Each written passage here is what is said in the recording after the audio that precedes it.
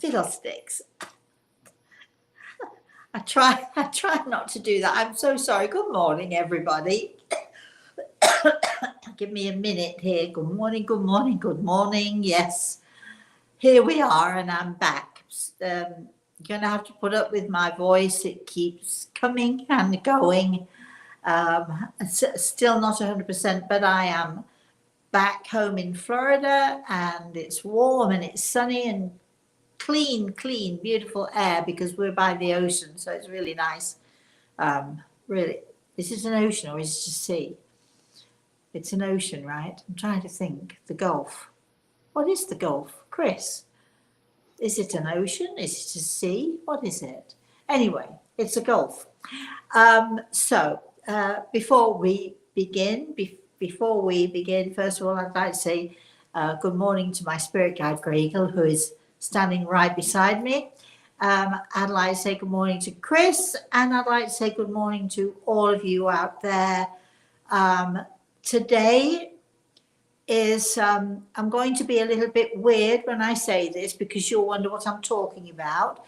But today I feel is an amazing day of celebrating.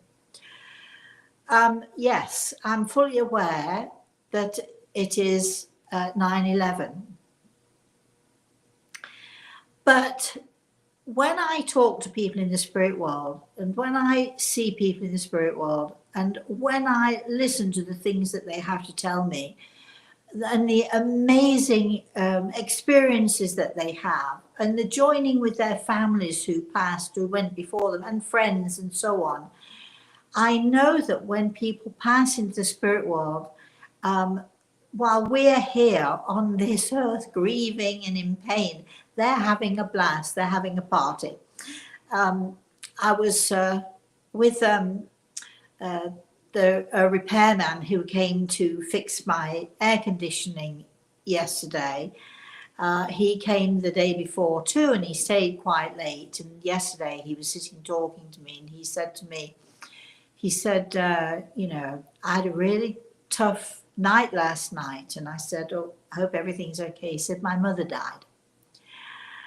But he said, I know. And he was, even though he was very emotional, and it was obviously a tough time for him, he said, but I know she's in a better place. So here we are, we're reminded of the awful, awful tragedies, the horror, the absolute horror of 9/11. You know, when Kennedy was shot all those years ago, all those people who were alive at the time, I don't think there's a person alive who can't tell you where they were when that happened. I can remember exactly where I was when I first heard the news.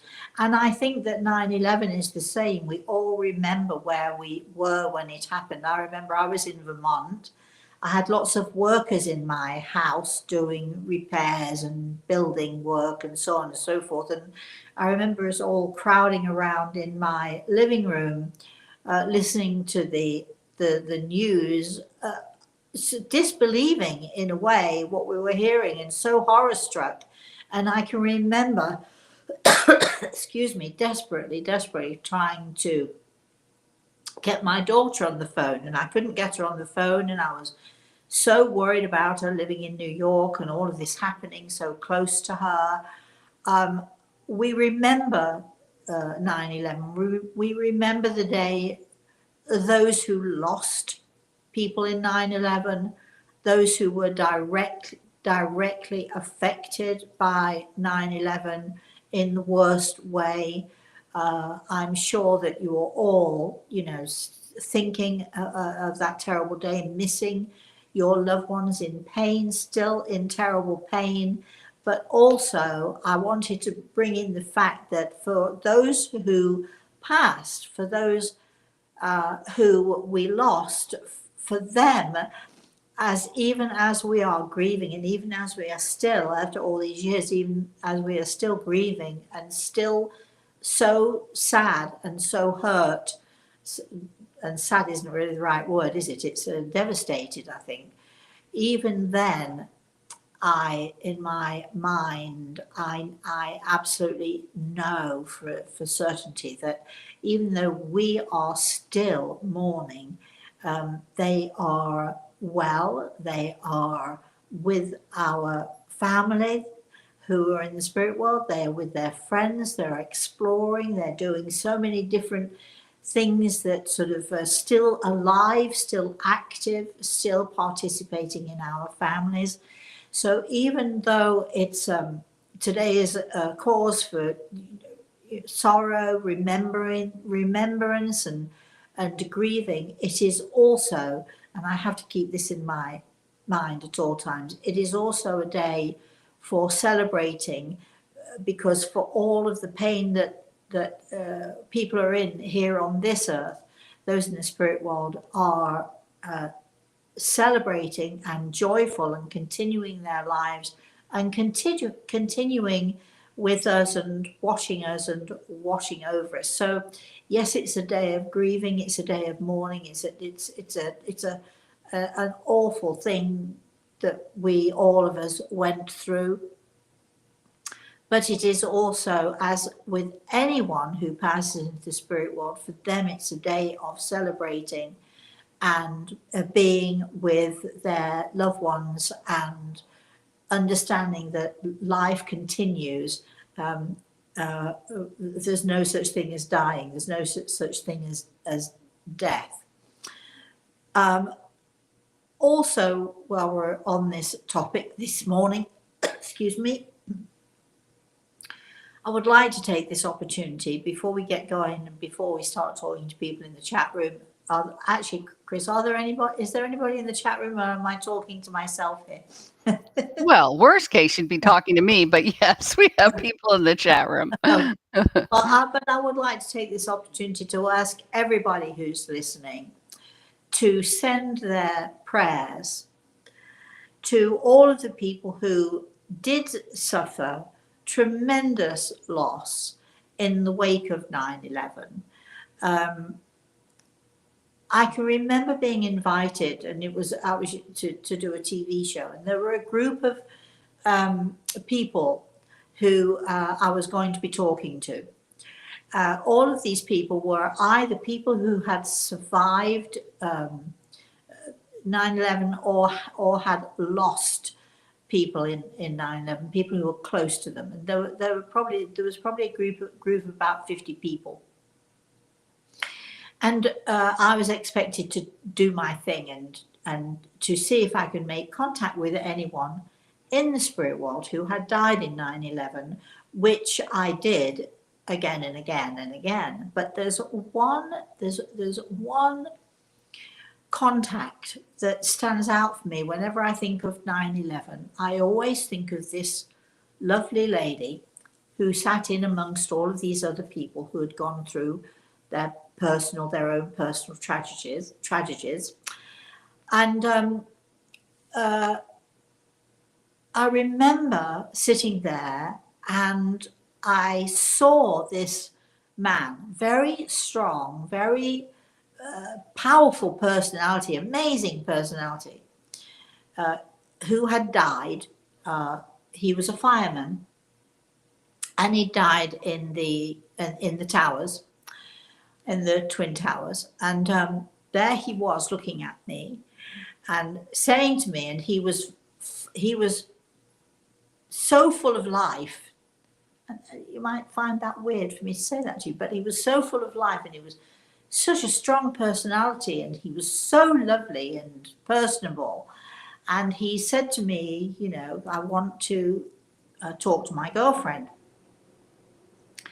And there was this lovely lady sitting in amongst this group of 50 people, and I started describing this man, and I think almost everybody there knew who this guy was, because he was that, you know how when you meet someone in life and they have this larger than life personality and everybody loves them, this was that guy. And I'm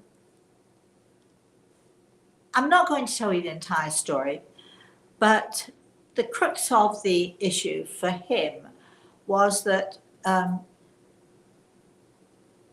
he and this lovely lady. This was his fiance.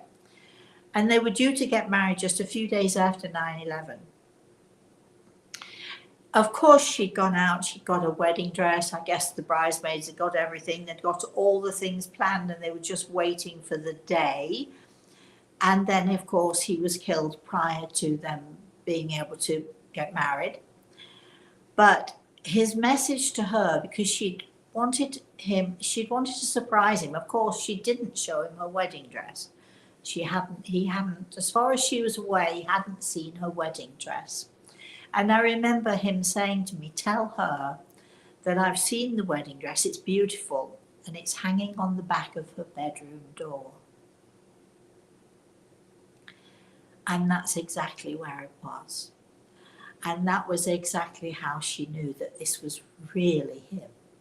Because how else would how else would I have known about the wedding dress, any of that? And I remember talking to this lady afterwards a little bit, and her saying to me, he was the love of her life. She was the love of his life. They'd waited. They weren't young. They weren't, in their early 20s or anything. They were probably sort of mid 30s or something, but they had finally found each other after probably them both thinking that they'd never, they may never meet anybody. All of a sudden they met, they connected, they were each other's soulmate. And just days before they were due to get married, he was taken from her. And whenever I think of 9/11, I always think about that lady. I wonder sometimes, did she ever meet anyone else? Did she ever find her happily ever after? Even if she did meet someone else, this young man in the spirit world who had come specifically to tell her, I'm still with you, they were soulmates. So, but I wonder at the trauma and the tragedy of people, not just for 9/11, but there are so many things going on in our world today. The young man with his family who someone saw fit to shoot and assassinate because his opinions were different, or whoever it was who decided to assassinate him didn't like his opinions. The world is a crazy place right now. 9/11 was a crazy thing to do. Crazy situation for us all to deal with. And the world continues, in some ways, it seems to get worse and worse. So this is why I'm saying today, even though it is a day of mourning and a day of remembrance and a day of thinking about all of those people who fell victim to someone or some belief that was different than theirs for no real reason whatsoever, all of these people. So we mourn them and we remember them, but it is important also to remember that for all of our pain and for all of our loss and for all of our yearning, they are celebrating. They have survived and they are living their lives, albeit that we can't see them, but they're also still with us, very much so. So I'd like that to be the message today. Right, Chris. Excuse me. Is there anybody there? There are. And Gary had basically asked for what you've already said early on, saying he was requesting prayers for Charlie Kirk's family and those lost in 9/11. Certainly. It's nice to see all the familiar faces back in the chat room. So Annika says, I'm glad you are looking and feeling better. Well, thank you. Andrea is saying, good morning, but she also talks about, I just finished reading your first book, The Eagle and the Rose. Aha. Originally, I got it from my friend in 1997. I I picked it up last summer again after my father passed away and finally finished it. Oh boy, the last chapter, The Girl, was not Oh, what I was expecting. no, but it's okay because, we've just talked about people having experiences and some really awful experiences and things happening that are really awful. Things going on behind closed doors that are not so nice that we don't necessarily see. But these things that I don't think, well, I can't say that, nobody escapes pain and hurt, because some people, and it's frustrating, isn't it? Some people do seem to escape, all of that. Happy childhoods, happy marriages, happy children. You think, okay, then. But I do think that when you go through pain and heartache, as much as we don't want it, as Gregor has taught me so many times in the past, it is the gift. Sometimes it's the gift that keeps on giving. But pain and heartache and tears are truly a gift to us because, first of all, it helps us to become more sensitive. It helps us to become more aware. It helps us not just to be sympathetic, but when we go through these things ourselves, we also can become very empathetic, really feeling what others feel, and therefore able to give of ourselves to other people in a way that we perhaps wouldn't had we not experienced these awful things.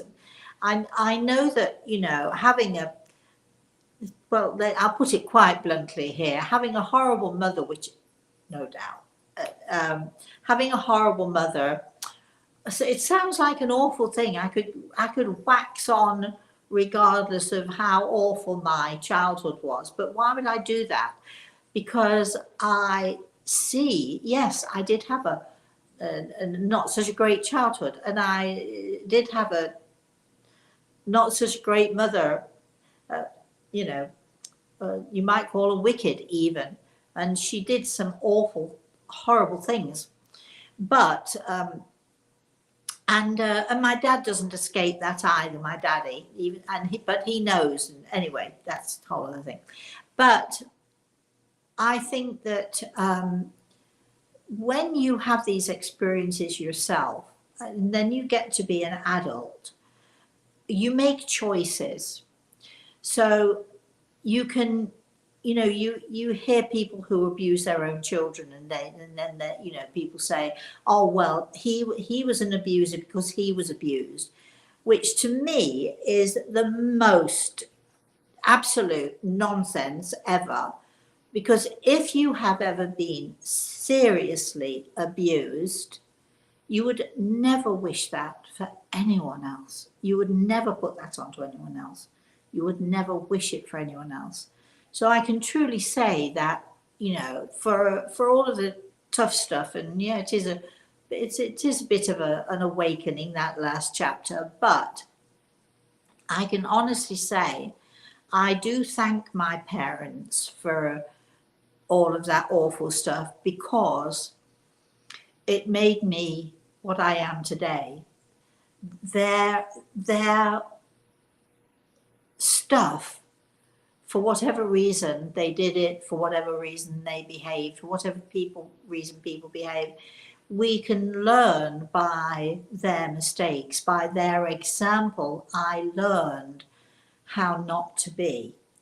And whenever I hear somebody say, oh well, I abused my kids because I was abused, no, because you make choices. You can learn how not to be, or you can allow your own temperament and your own meanness to continue the cruelty into the next generation.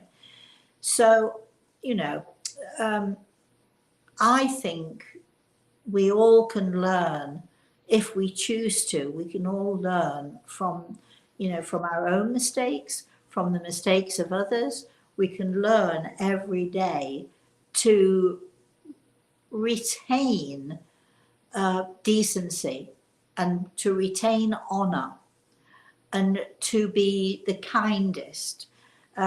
Grey Eagle will tells me all the time, your world needs gentleness. There is not enough gentleness in this world, and it really does seem that gentleness, nobody seems to know what it is. You look at the news and you see all the riots and you see people spitting at each other in the streets and you see things going on. I think it's our responsibility to bring gentleness into this world wherever and whenever we can. And I learned that because my parents, which I will always be grateful for their teachings, because my parents taught me how not to be. And I shall be forever grateful for that. Chris, keep going. All right. Who is it here? Rhonda. Rhonda says the Eagle and the Rose, she has several copies and she gives them out when she meets someone she feels it would help them. Oh, darling, that's so nice of you. That's so nice of you to do that.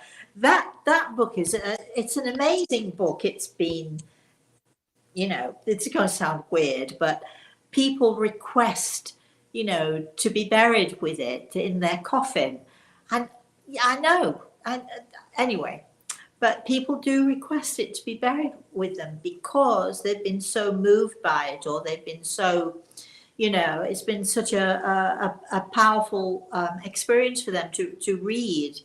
It is, a great book, and the thing that makes it a great book is nothing to do with me. It's a great book because it's a book of other people's stories. Maybe I've seen through my eyes, but still, it's other people's stories of grief, stories of heartache, stories of celebration, and stories of joy. Chris, keep going. Excuse me 1 second here. I'm having a bit of an issue. I'm just sorry to do this, but anyway, keep going. Yeah. So we have our friend Mark on, who's had a rough summer. He says, Rosemary, I've missed seeing you so much. I'm just giddy about this hour. Oh, well, I'm so happy that you're here. I want to know, how are you doing? What's going on? How are you feeling now? Share these things with me. I want to know. Well, trust me, he is. So Mark says August 28th and September 8th mark the anniversaries of my Gidget and Gage's passing. I still grieve them. These are my loved ones and I miss them so much. I'm praying for world peace, which is greatly needed. I'm 99% healed from surgery and grateful of your healing and that of many who sent theirs as well. In 8 days, I'm leaving on a cruise to the Bahamas. I had No, a horrendous, painful summer, so this will be my summer. no, you're going on a cruise without me? How could you do that? You better have a very good time. Just, when you go through the traumas and the difficulties that you've been through, and I love this attitude of now, okay, I've had a rough time. Now I'm going to do something good for myself. And I think that's wonderful. I shall be thinking of you when you're out there. You'll probably have so much fun and you'll meet some nice people, I'm sure. And, I've done that trip with my daughter years ago. And we had a good time. So I want you to tell me all about it when you get back, but I want you to go out there and just intend to have a good time. All right. Leslie, our friend from Arizona, says, I'm fostering a little dog named Guinness, whose owner passed away. Oh, Does she know that I have him and he is being cared for? I'm absolutely certain of it. Somebody actually, it's funny this story came up because somebody actually, I was talking about missing my cachorro, and somebody said to me, well, you could always foster a little animal. And I applaud people, absolutely applaud people who do this kind of thing, because, I think it's a wonderful thing to be able to take care of, especially those creatures who can't take care of themselves. and I applaud you for another reason also, because here's my issue. My issue is that I would become so attached that I wouldn't be able to let it go. So, and there are so many reasons why I, would not consider having another pet. But I do applaud all of you who do that. Guinness, you do know then he must be a British dog, right? Keep going, Chris. Barbara says, happy that you are feeling better. My beloved dog Zoe has an inoperable tumor on her liver. Oh, Right now, it is not affecting her health because it is growing slowly. Does my husband Don see this worry? oh, What help can he offer? He loved her so much too. Thank you for your guidance. oh. What can I say? You know perfectly well that he knows everything that's going on. I'm certain that you know that he gives this little thing healing every day or whenever he visits, which is a lot of the time. And I'm absolutely certain you know that he's helping you through this as well. I am going to, Chris is going to write down the name of this little puppy, and we're going to send healing.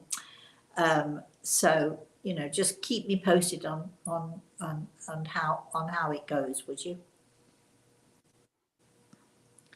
All right. Then we have Rhonda. Hi, When Rhonda. when my dad passed, my heart was so broken. Your book helped me through those dark days. Well, Rhonda, excuse me. I'm sure you know that you're not the first to tell me this. And, when I think back to the days that I first wrote that book, it was never a book intended to be about me. Um, I never wanted to talk much about me. I find other people's stories far more fascinating and inspiring, by the way. So when I wrote the book and then it finally went to the publishers, I had a great editor. She was amazing.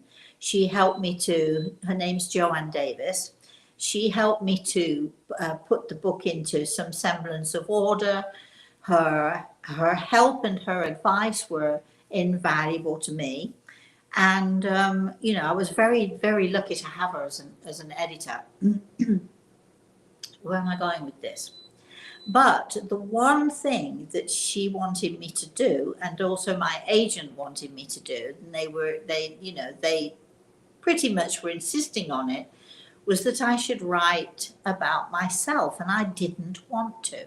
I didn't mind writing about the fact that I, had a healing center, that we had students, and that, that I was a teacher. I didn't mind writing that stuff, but anything that was more personal than that, I really felt that other people's stories were far more inspiring and far more, sort of moving than my own story. And but there came a point before it was published that Joanne Davis sat me down and said, we need something that's personal from you so that people can see that not only have you had these experiences with other people, but that you're empathetic to them, that you've had your own experiences as well. So against my better judgment and really not wanting to do it, I can remember lying in bed one night and thinking of how was I going to how was I going to do this? So the only way that I think to talk about my own story without without being so traumatized emotionally that I wouldn't be able to write anything was to write it in the third person, which is why the last chapter is called The Girl. I could write about it if I set my own personal feelings to one side and I could look at it from an objective point of view, which was difficult, but for the most part, I think I managed it. That chapter is a surprise to a lot of people, but it's a surprise to a lot of people because, when here I am, you see me, I am confident, I am positive, I am, all the things we try to be. I've had so many people say to me, well, it's okay for you. You were born with a silver spoon in your mouth. Yeah, well, that wasn't happening anytime soon. But I think that sharing, and I realized, and especially with the effect that the book had, I realized very early on that it's all very well. You can be a therapist, you can be a psychiatrist, you can be, whatever. You can just be a person who somebody talks to. But if you haven't had your own pain and you haven't had your own experiences, then you can't really relate to other people who have. And even if your experiences are different than theirs, if you haven't experienced real pain or heartache, and you haven't gone, through difficult times, then people don't relate to you, and they won't necessarily listen to what you have to say. So writing The Eagle and the Rose, although it was really tough for me, and it took me a long time before I could actually read the book without crying myself, not for me, but crying for the people whose stories are in that book, because I'm a very empathetic person. But I find that in a way, writing that book was very cathartic for me, because I was able to say, yep, and this happened to me too. And the amount of people over the years who have written to me, when I read your story, it's my story. We could be sisters. We could have lived the same life because your story is my story. And people like to be able to relate to other people who have gone through the same or similar situations that they do, which is why this book is still 27 years on, I think, is still, when you pick it up, you can pick it up tomorrow and you're right back to the beginning. There's no time, there's nothing. You can be right in the book and right there with what's happening, and relate to those people who have allowed me to tell their stories. And I think that, this is why when we think about the things that happen to us, we have choices. We can either moan and complain and go on and ruin our lives completely by only thinking of the negatives, and, well, this happened to me and that happened to me, and this is why, I'm a moody, grumpy so-and-so because I have no joy in my life. Or you can choose to say, well, maybe I didn't have joy in my life when I was growing up. Maybe there was very little joy in my life with this or that or the other, and we have choices, but I'm going to find joy in every day. And every time I say that, my grandson's eyes, which are identical to mine, by the way, I see his eyes, my daughter's smile. I have so much joy, true joy in my life. And this is why I want to say to all of you who are suffering, all of you who are remembering, especially today, we have so much suffering in our lives. We have to look for the joy. Your choice, but that's my advice. All right. Then we have Mark saying, I'm unsure if there's an answer to this. I know how fortunate you were when our Lord visited you and us some time ago, and it was an emotional moment for you. How does Jesus meet with the multitude of souls who pass away daily from all kinds of reasons?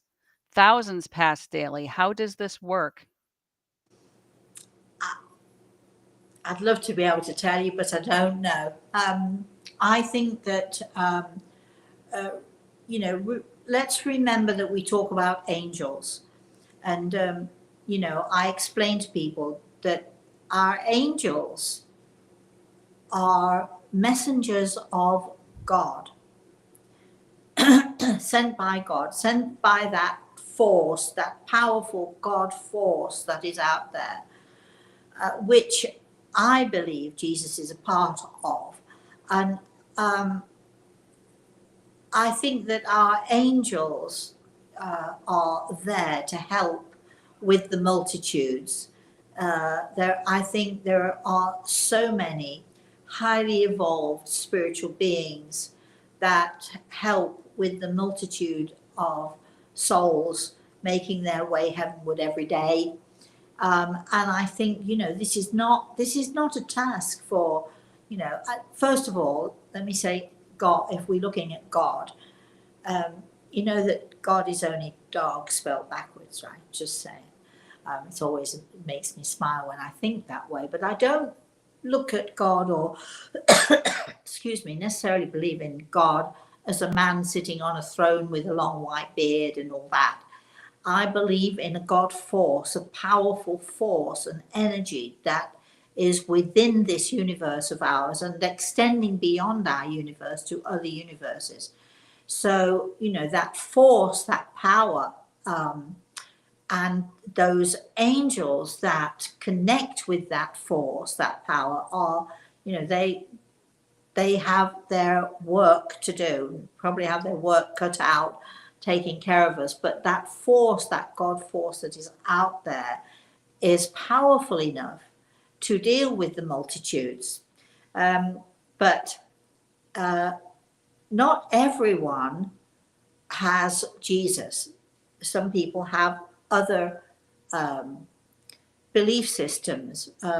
I know, and I was actually saying to Chris just yesterday, we were talking about it yesterday, there has never in my life, ever, never had one moment's doubt in my life that there was a God, or that Christ was with me, because he's always, since I can remember, he's always been with me. How can he be with me and with the multitudes? He is with me sometimes in, let's say, in spirit. He is, he is there when I need him, when I think about him. And so on so many occasions, he has been present, physically present. When I say physically, in his etheric body, physically present in my home. And I've been so fortunate to have these experiences with him. But I'm not the only person who has those experiences. So I think that our angels play a huge part also in dealing with the multitudes. And that's as much as I can tell you about it. The thing is that every time you give a piece of information, right, it just, instead of it appeasing you and oh yeah, okay, I see. Then all of a sudden the next question comes, the next question comes. It's sort of all of the answers, provide more questions. Keep going, Chris. Well, that might be a good segue to talk about your subscription program. Okay, what do you want me to say?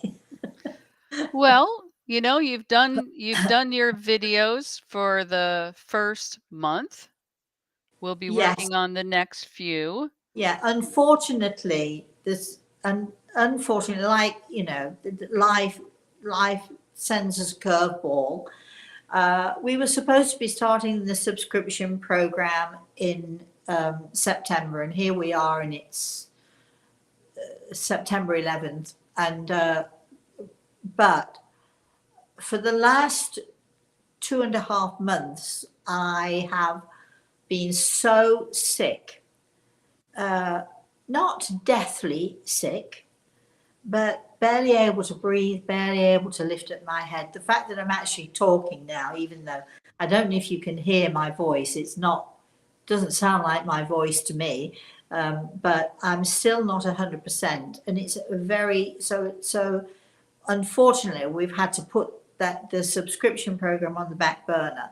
I promise you, for all of you who have, sent an email saying you're interested, I promise you, you will be getting information as soon as I'm still not 100%, but as soon as we are able to continue, I don't want to stop and start. I want to make sure that I'm well enough once we get this program started, excuse me, that I'm well enough and capable enough to, because a lot of this is videos, so you don't want me coughing and spluttering during a video. You don't want my voice to suddenly crack and go.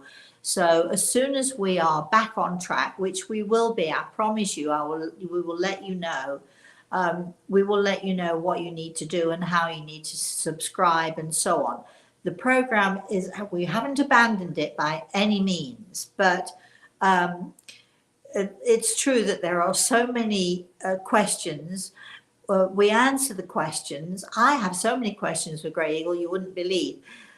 He's been known to tell me from time to time, oh, so you need to stop, you're making my ear bleed, is what he says to me, because I'm bombarding him with questions. But every time we get an answer, it's great for a moment, and then what happens is then it creates more questions. So this is it's a never-ending subject. So we are still continuing with the program. We'll give you a heads up as soon as we know when we're going to start, and when we can. It's not just about starting, it's about continuing. And excuse me. And so we'll give you a heads up on that. Also, for those of you who, I'm not sure if you know, Chris is doing an event. Chris, it's your event, so you talk about it. I've got nothing to do with this except I'm appearing.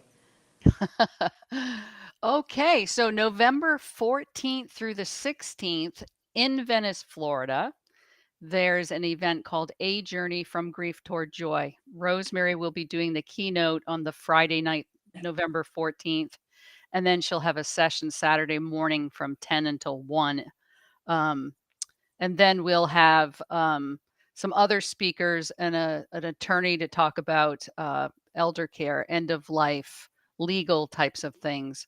There'll be a chaplain there who will give a presentation about the different ways all the religions of the world look at loss and grieving. And we'll have an alternative holistic chiropractor who one of the specialties she has is she sees how grief shows up in the body. So she'll be doing some demonstrations about that as well. So, I mean, this is kind of, a special thing for Rosemary to show up live for people. It's been a while since that has happened. And we're hoping people can make it. It's for anyone out there who's working through loss and grief. And it'll be a great. We're also hoping on Saturday night to have a pizza party, just saying.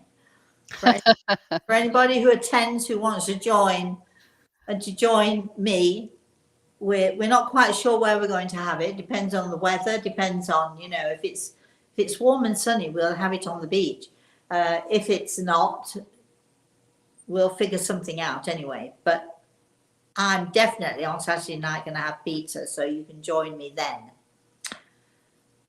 And all right. I wanted to say something though, Rosemary, about your subscription program. You're going to be doing a once a month live Zoom with people. So whatever subject matter you've talked about that month, they can come onto this live Zoom and ask you questions one-on-one.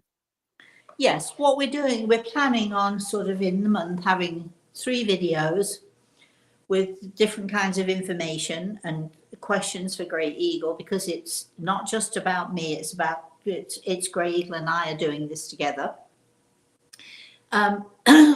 Excuse me. So, and then on the 4th week of the month, we're going to sort of have live sessions, whether it's Zoom or however else we do it, I'm not sure, but we're going to have live sessions where people will be able to,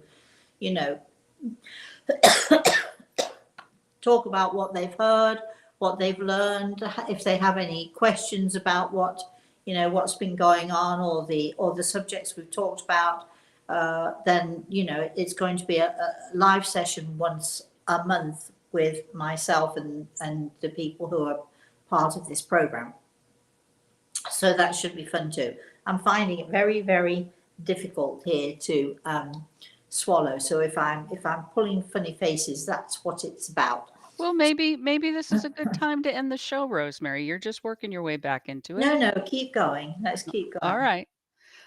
Our friend Marcella from Vermont Hi, Marcella. says, Rosemary, I just have to say that my visiting nurses love hearing me talk about you, and Oh, much easier life is knowing all your teachings and prayers help us to cope.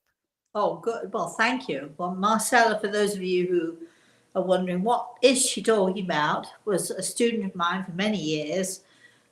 So obviously that's good to know. And a special hello to you, darling. Hope you're doing okay. Keep going, Chris. Gary says, for quite some time now, I have felt that this life here is a test. I think it matters how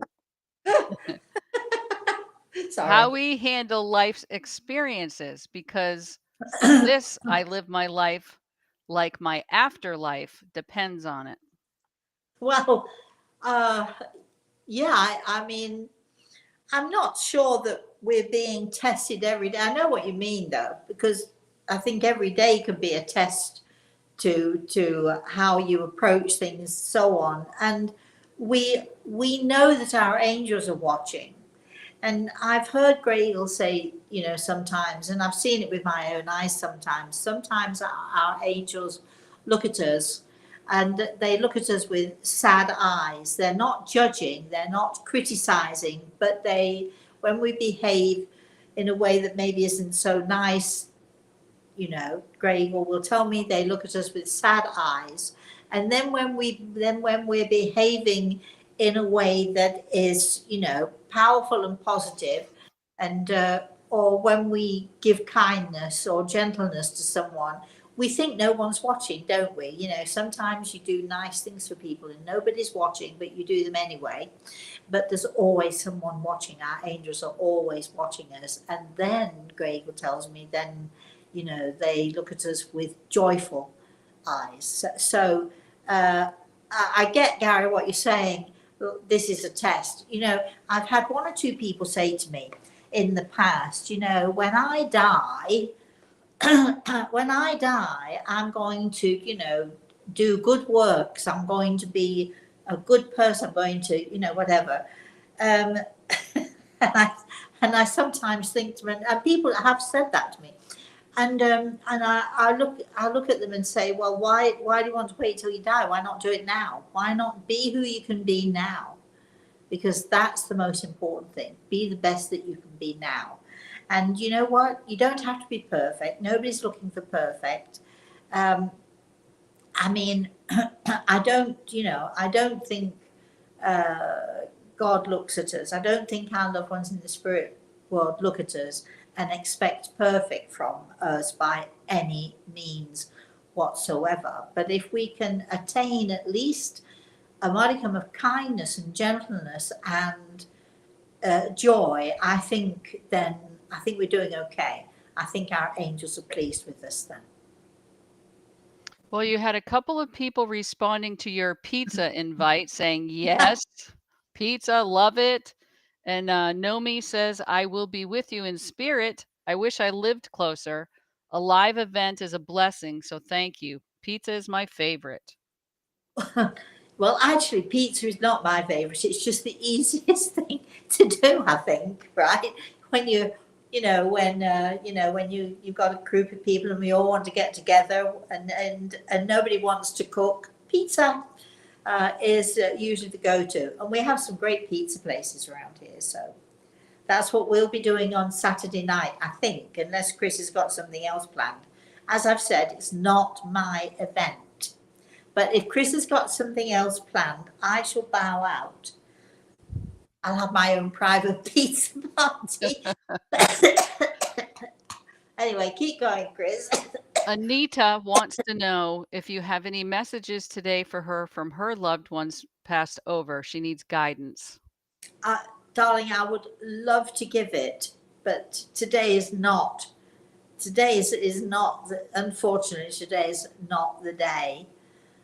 Except if you need guidance. I think we all need guidance. We all could benefit from having guidance. And right. No, I'm telling you, today is not the day. But now I've got Grey Eagle telling me today apparently is the day. So here you go.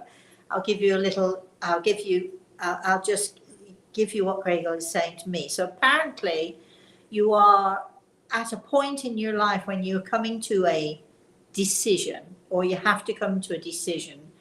I think the decision. I think you feel as if it's out of your hands, or the decision is, something that is being forced upon you rather than you, sort of willingly looking to make changes in your life.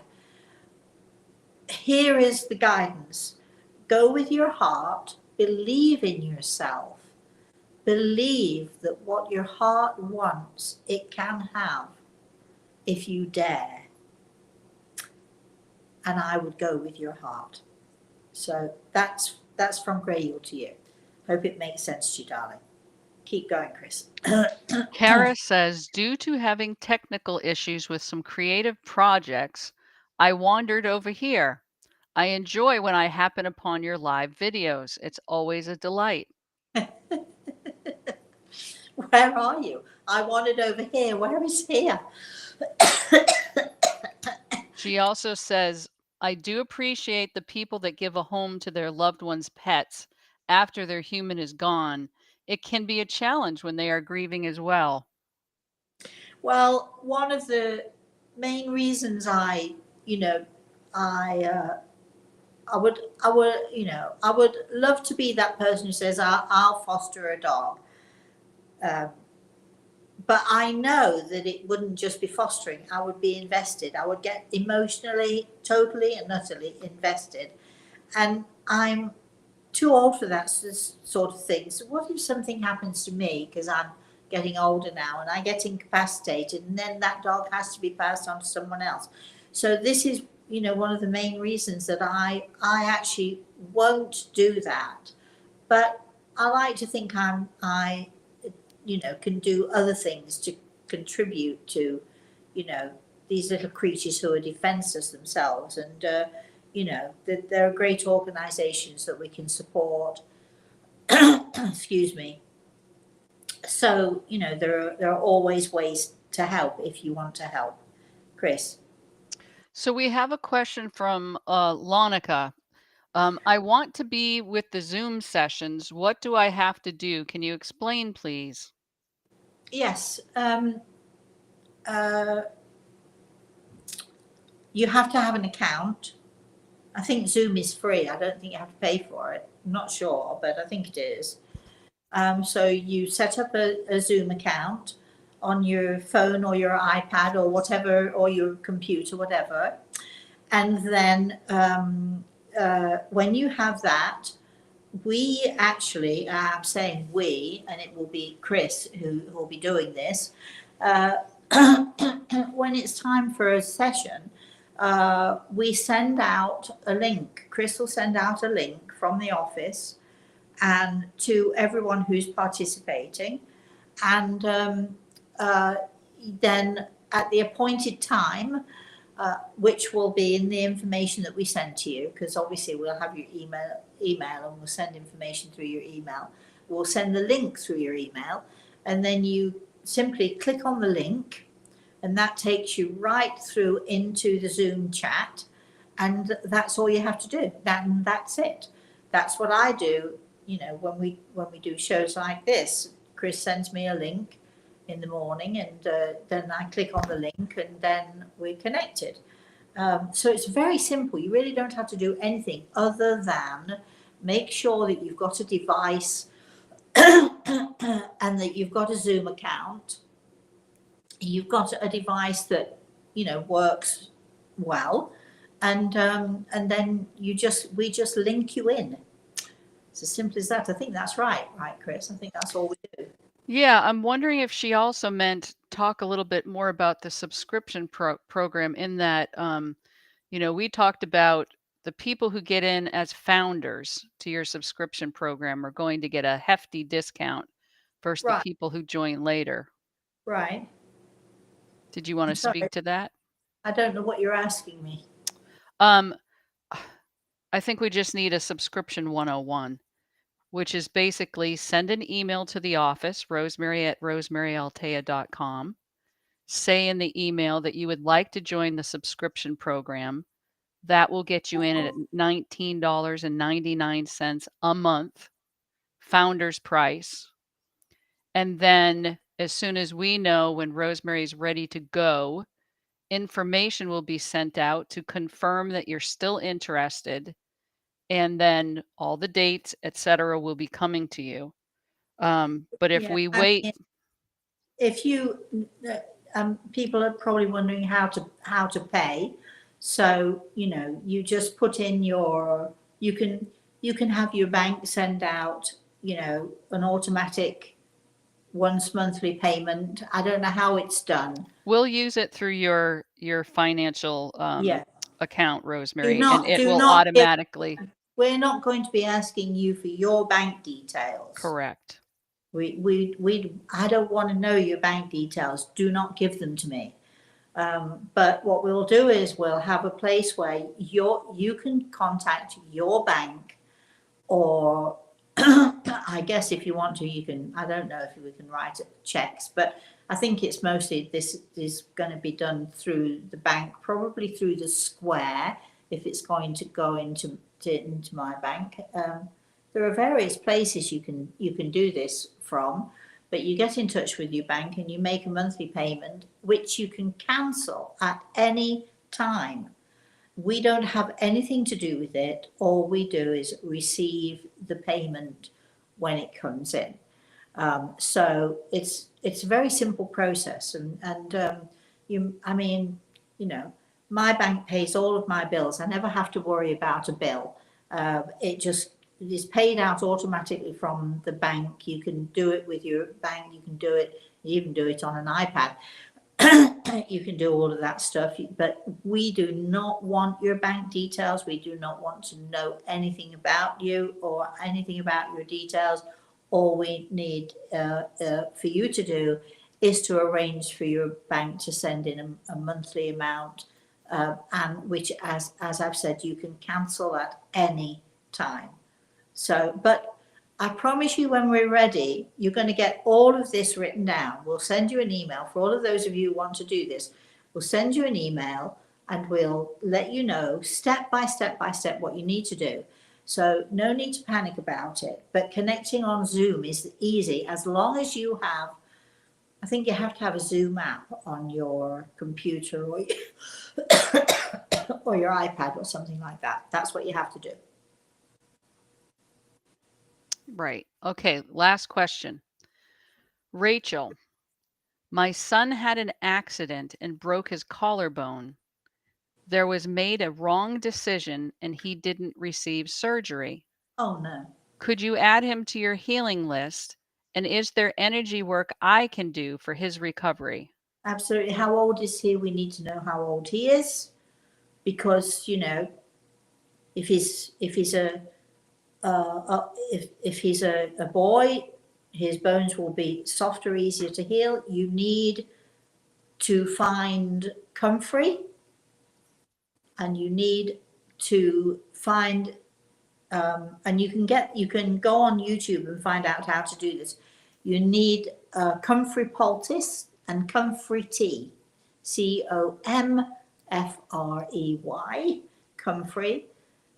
Comfrey grows usually in sort of shaded areas. You'll find it under trees in forests, or I used to grow in my garden. It's very prolific. Once it starts to grow, it grows, and it looks just like a weed of some kind. But comfrey tea, years and years in Victorian times, comfrey was known as knit bone, because it has these properties which are whatever, however, don't ask me how it works, but I do know that it works.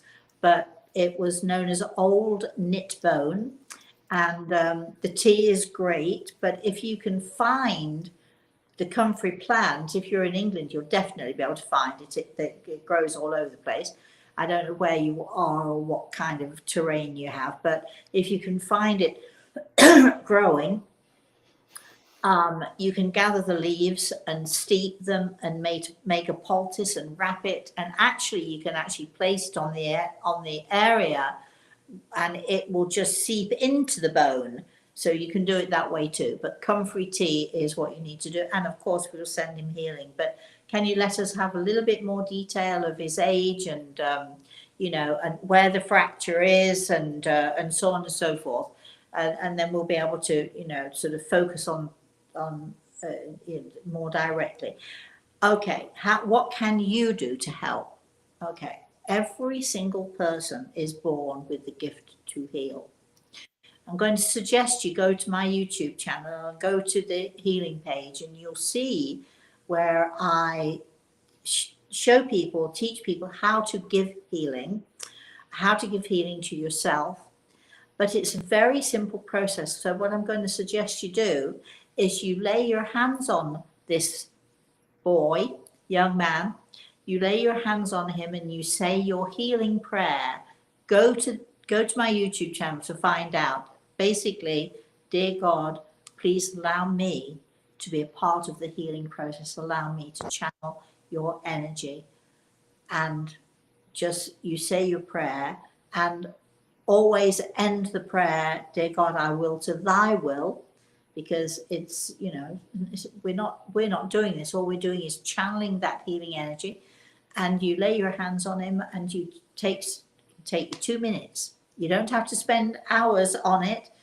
Take you 2 minutes to do it, or 5 minutes to do it, and that's all you need to do. And then that will help tremendously. And please keep me posted on as to how he's doing and what's going on. All right, there you go. We're at time. Okay, I feel, I've forgotten what this lady's name was. Rachel. Rachel. I feel very strongly for you, Rachel, because, we all know I broke my wrist and then they wrecked my hand, making bad decisions. We tend to allow doctors to tell us what it is we should or shouldn't do. But you do need to listen to your own self as well and what your instincts are telling you. And doctors, as much as wonderful as so many doctors are, can I just point out they are not infallible? They make mistakes, and they make mistakes all the time. The problem is that you do get some doctors who think they are, sort of God's gift and so on. But always question when you're going to, for any kind of health issue, always question. Don't be afraid to question the doctor. Just because he's wearing a white coat does not mean he knows everything. So always question, and a good doctor will welcome those questions and will welcome your concerns. And a good doctor will always answer your concerns and explain to you what's going on. So don't be intimidated by your doctors, but understand, I mean, the old remedies that have nothing to do with side effects, just simple old remedies that they used to use years ago are often, some of the best remedies that we can find. So, so if you need to know any more than that, let me know, but we'll be sending healing. All right, so that's it. We got through a whole hour without me sort of coughing and spluttering too much. So thank you for joining us. Before we leave, I'd like to say thank you to Great Eagle, as always, for his input and helping me with this morning. I'd like to say thanks to Chris. I'd like to say thanks to all of you for watching and all of your input. I'm so grateful that I have you all, and thank you all of you who sent healing to me, all of you who sent well wishes. I really do appreciate that, and thank you so very much for that. We shall see you next Thursday, God willing, same time, same place. And we shall be starting now to continue back on track with other things as well. Excuse me. So until I see you again, please, everybody, have a very blessed rest of the day. Remember, Yes, it is a day for remembering, but it's also a day for celebrating the joy that our loved ones in the spirit world must be feeling. And, you know, keep them close to your heart as they keep you close to their hearts. And please have a very blessed rest of today and have a very blessed weekend, everybody.